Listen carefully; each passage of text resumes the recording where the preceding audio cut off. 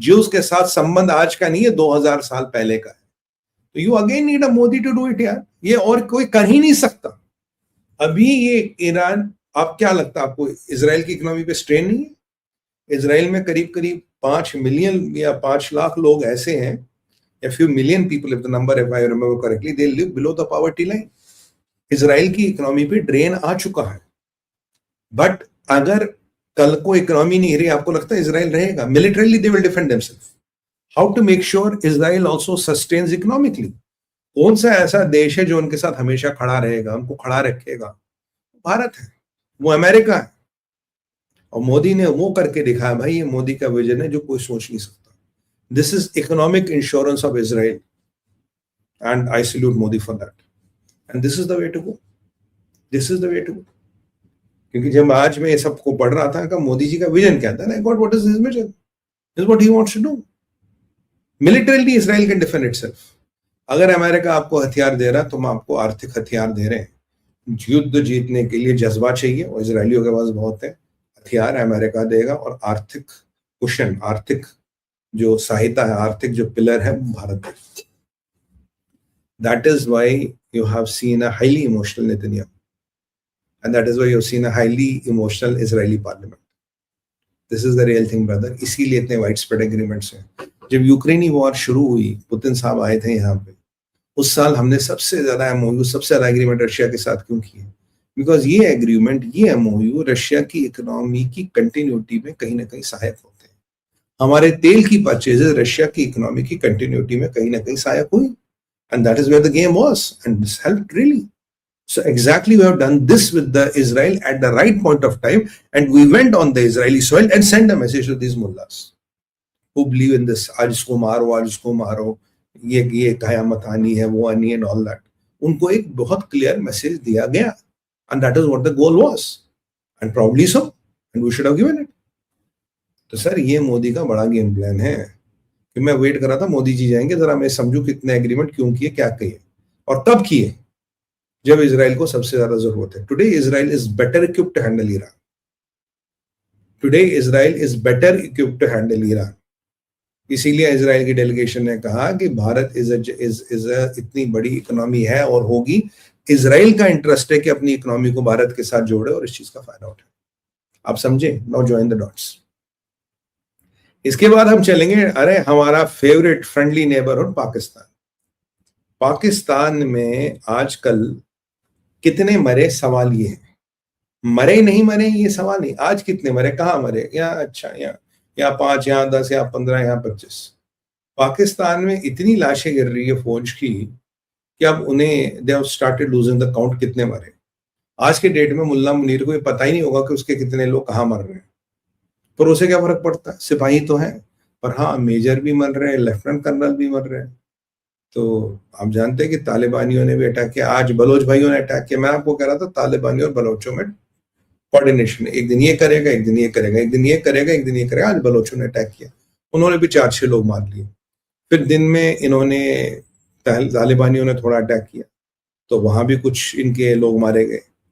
पर अभी अभी जो खबर आई है, अब ज़ैनुल्लाह मुजाहिद को मैं कोट करूंगा, उन्होंने कहा है कि we have lost a big attack along the Durand line. Durand line पे जितने भी पाकिस्तानी पोस्ट है सब कौन ठोक रहे, तबीयत से ठोक रहे, ठका ठक ठका ठक ठका ठक। अरे हाँ, can we extra tax for Israel instead of Bangladesh in 1970? हाँ बिल्कुल, व्हाई नॉट। अभी क्वेश्चनों पे आ रहा हूं आज। तो भाई अच्छा, बांग्लादेश को तोड़ने वाला भी यहूदी था, मेजर जेकब।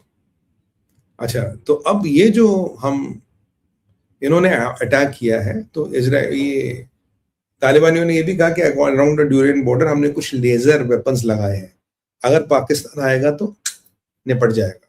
तो पाकिस्तानी फौज तो जाने से नहीं। और अभी भी खबर आई है कि उन्होंने पाकिस्तान की कुछ चौकियों पे भी कब्जा किया है। पाकिस्तान की कितनी कैजुअलिटीज है पाकिस्तान बता नहीं रहा, पाकिस्तान के कितने सिपाही मारे बता नहीं रहा। पूरे ड्यूरियल लाइन को उन्होंने लाइट अप कर दिया। तो आज पाकिस्तान में रात को दिवाली होने वाली है और रावलपिंडी में मैयतें उठने वाली है। तो आज ये पाकिस्तानियों की ऐसी, और आज अब अफगानिस्तान कह रहा है, अब तालिबान कह रहा है ये मेरा रिटेलिएशन है टू पाकिस्तान। ये जो तुमने मेरे औरत और बच्चे मारे थे, अब तक तो तहरीक तालिबान बलोचिस्तान से आइसिस खुरासान का बदला बाकी, वो जवाब दे रहे थे। अब ये अफगानी तालिबानों का जवाब है, बेटा अब हम तुम्हें तबीयत से ठोकेंगे, घर से निकाल निकाल के मारेंगे, भगा भगा के मारेंगे। तो ये बहुत आनंद की बात है। और 6-7 चौकियों पे कब्जा हो गया है, ये अभी अफगानियों ने कहा है। और अभी मैं अफगानी मीडिया को ट्रैक कर रहा था, पाकिस्तान के सुनने में आया मल्टीपल कैजुअलिटीज हुई है, कई सारे लोग मरे। और जो अफगानियों को मैंने टारगेट दिया था, मैंने कहा 12 दर्जन से ज्यादा पाकिस्तानी निपटने चाहिए भाई रिटेलिएशन। और आप देखिए वो टारगेट पे बिल्कुल एग्रेसिवली काम हो। और मुझे लगता है कि जब तक ये शो खत्म करूंगा अभी 10-15-20 मिनट में, तब तक मैं अपडेट देखूंगा तो मुझे लगता है मेरा दिया हुआ टारगेट अफगानी भाइयों ने पूरा कर दिया होगा। और अब देखो ये मुल्ला मुनीर फिर जाके मरियम मंकर में छुप गया होगा। सो अफगानिस्तान ने started the night test match Ramzan के पाक महीने में। बिल्कुल बिल्कुल भाई, अभी तो सबको जन्नत मिलेगी, जो जाएगा सीधा जन्नत। तो अब इसीलिए ये क्या day and night test match शुरू हो गया है। अब इनको पाकिस्तानियों को आटे दाल का मजा पता लगता है। और अभी मुझे लगता है, अगर if I am not wrong, अब बलोच भी अटैक करेंगे, तहरीक तालिबान भी करेगा, और आइसिस खुरासान का अटैक भी होगा। तो मुल्ला मुनीर, जब से तू मनहूस बैठा है, मतलब अगर तेरी फौजियों की लाशों और मैयतों का हिसाब लगाए, भाई तू तो मौत का सौदागर है।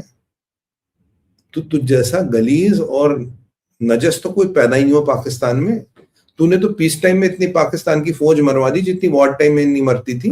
तो मुशर्रफ को गाली देते, उसने तो इतने से, उसने कारगिल में तो कुछ 1000, 1500, 2000 सिपाही मरवाए थे। तूने उससे ज्यादा तो तू एक महीने में मरवा डालता है, उससे ज्यादा अफसर तो एक महीने में मरते हैं। और अब तू देख, ईरान पे अटैक होने वाला है, ट्रम्प तुझे फोन करेगा, जनरल क्रेन का फोन आएगा तेरे पास, मैं बेटा ये कर, तो बोलेगा सर हम तो बिजी हैं। और फिर देखो अमेरिका तुम्हारी कैसे ठोकता है, तुम्हारे कैसे खाल खींच के उसमें भूसा भर के तुम्हें टांगता है। मतलब तुम, अब मौलाना डिजिल की बात करूं तो मौलाना डिजिल सच्ची तो कह रहा था, कह रहा हिंदुस्तान से इसलिए बनती वो काफिर है, चाइना तुम पे भरोसा नहीं करता, कनाडा भाग गया, अच्छा अफगानिस्तान हमारा दुश्मन, ठीक है जी, ईरान तुम पे भरोसा नहीं करता, ईरान भी तुम्हारा दुश्मन, ईरान के साथ भी तो मिसाइल एक्सचेंज की थी। मोटी मोटी बात ये है कि न खुदा मिला ना खुदा मिला, न तो ऊपर के रहे न नीचे के रहे, न घर के रहे न घाट के रहे। जो न घर का न घाट का, उसे कहते हैं धोबी का कुत्ता, उसे कहते हैं धोबी का कुत्ता। पर हमारे यहाँ जो स्वान है कुत्ता, वो तो काल भैरव का वाहन है, हम उसका पूरा सम्मान करते हैं। तो तुम्हें हम वो नहीं कह रहे, तुम्हें हम कह रहे हैं जहादी कबूतर, वो भी खारिश वाला। तो वो है मुनीर, ये तेरी किस्मत है।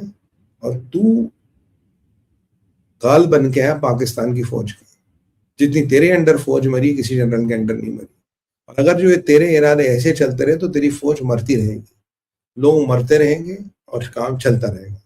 और मुझे जो सबसे बड़ी दुख की बात लग रही है, रमजान के पावन महीने में मुसलमानों को होलसेल पे मार रहा है, कि ये ठीक है क्या?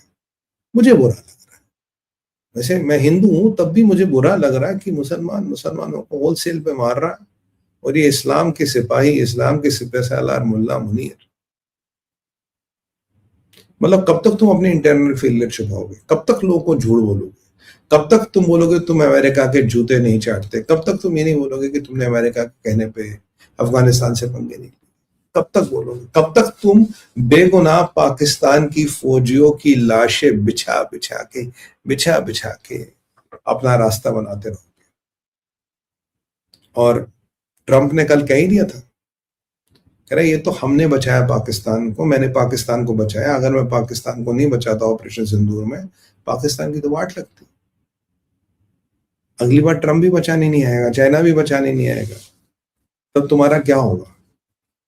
अब भी मौका है, निकल लो पाकिस्तान से और सरेंडर कर दो, क्योंकि अफगानी तुम्हें छोड़ेंगे नहीं। और आप जानते हो कि अफगानियों में एक यूएसपी होता है,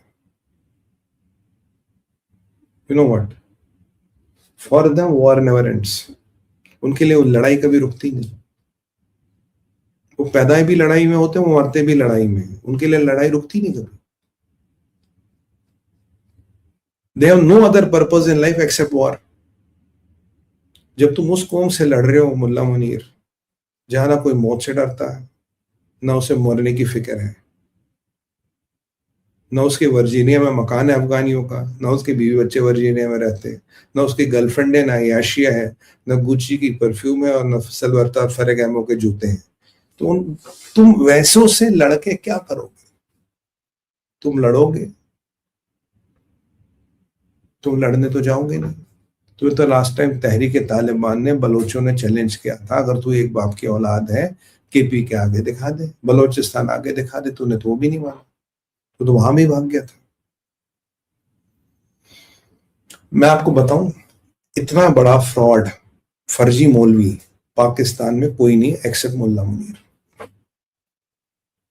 ये कुरान की आयतें पढ़ पढ़ के लोगों को अपनी बड़ी अच्छी इमेज बनाता है, पर इसकी औकात कुछ भी नहीं है। अगर पाकिस्तान में किसी को डस्टबिन में उठा के फेंकना चाहिए, वो मुल्ला मुनीर को फेंकना चाहिए। बाकी जब तक पाकिस्तान के सिपाहियों की बात, सुनो मेरी भाइयों, जब तक मुल्ला मुनीर जिंदा है, तुम्हारे घरों से मैयतें उठती रहेंगी, उठती रहेंगी, उठती रहेगी। बस तुम गिनते रहोगे, गिनते रहोगे, और ख्वाजा आसिफ एक दिन तुम्हारे नमक जख्मों पे नमक छोड़ेगा। हम तो लोगों के जनाजों में भी नहीं जाते हम तो। और क्या हुआ उन सिपाहियों का जो बलोचों ने कैप्चर कर रखे थे? मर गए, जिंदा है। कोई उनको छुड़ाने जाएगा? कोई उनकी देखभाल करेगा? नहीं करेगा। उसके पैसे नहीं देता ना अमेरिका, इसलिए नहीं करेंगे। ये पाकिस्तान के कुछ कटु सत्य हैं। लास्ट में कहूंगा, पाकिस्तान